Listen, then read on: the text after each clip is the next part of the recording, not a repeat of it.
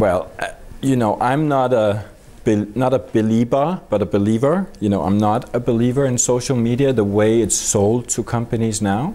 And one of the reasons I'm not is because I don't think it's working.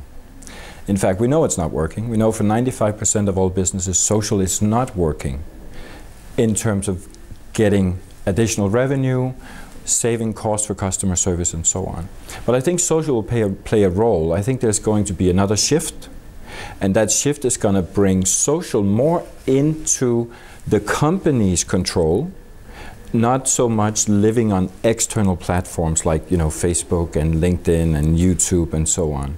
Because companies eventually will realize that it's very limited what they can do in third-party platforms.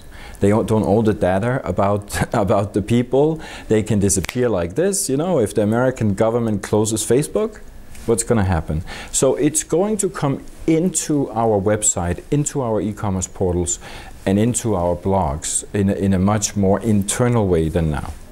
And I think it's going to move over to the smartphone or the mobile platform in a much, much bigger way. And when it does, there are a lot of limitations. So how that's going to play out, I wouldn't be sitting here if I knew. I would be busy making gazillions, you know, building a platform. But I think that's how it's going to play out. For now, if I was to give one tip how to leverage social now, is stop screwing around, as we say, you know, behave, and then look at the customer service aspect first and foremost. You know, if you want to go on Facebook, ask yourself, how can I service my customers? And when you're good at that, then you can consider beginning to acquire customers in that channel. The problem in that respect is critical mass. Because obviously if you tap into somebody else's audience, like Facebook for example, who's got this 800 million audience, then it might be easier to get volume. And we, as a people, we have a tendency to focus on quantity before quality. Sadly. Maybe you have to get as old as me before you understand that. But the examples are, you know, a company like Starbucks, I would say, is probably one example, but they're doing both, or everything. I can't think of other concrete examples right now, but it's happening. And when they solve the critical mass component, like telcos, I'm sure there are telcos, telecommunication companies doing this already. So when they solve that part, then they have a very, very good solution for their customers and for their employees and for all the stakeholders in the company.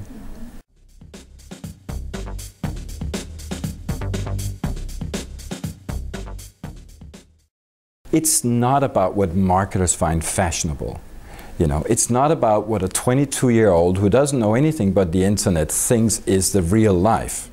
Because the reality is, in almost any target group, there are 25% of consumers who will say that they prefer printed material.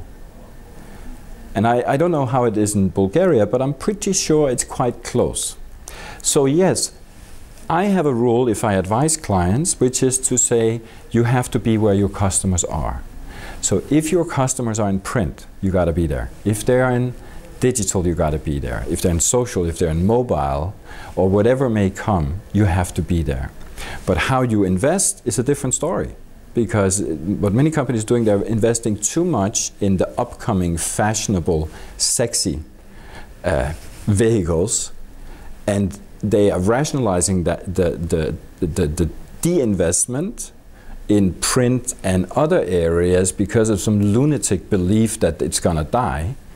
But it's not going to die. It's not going to die in the 20 years. It's not going to die in 50 years probably. It may have a renaissance. So anyways, I believe in where your customers are, that's where you got to be. So if you know where your customers are, you could ask them, for example, then you also know how to reach them through marketing and promotion.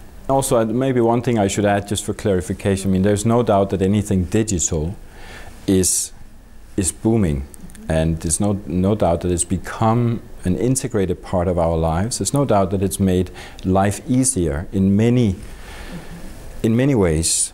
Comparing products, for example, is very easy. Comparing prices, you know, available, all of those things, the transparency of it all. But I think there's one thing companies have to think about is where is a customer in the buying cycle?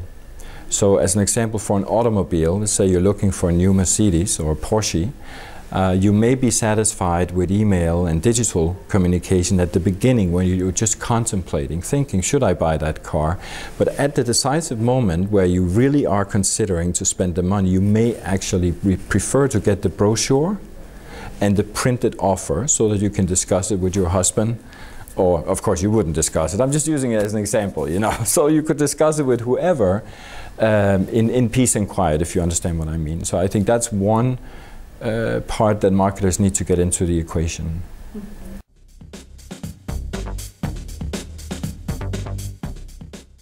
It's hard to nail one thing that is applicable to everyone. But if I was to say one thing that I believe too many people get wrong, it's the understanding of the customer. Too often people are focused at what they would like to do as a company, how they would like to serve their customers, and not enough focused at what the individual customer actually would like. So that would be one piece of advice, and there's nothing new. People have been talking about this for more than 100 years. It's about the customer, you know, customer. But we tend to forget because we look from the inside out rather than looking from the outside in. And that's the one thing people have to remember. It's about the customer. There's a good old thing called conversation. It has existed as long as men and women have lived. Conversation, ask the customer what their preferences are. And you can ask them digitally, you can ask through email, through mobile, and try to demystify what the individual customer's preferences are.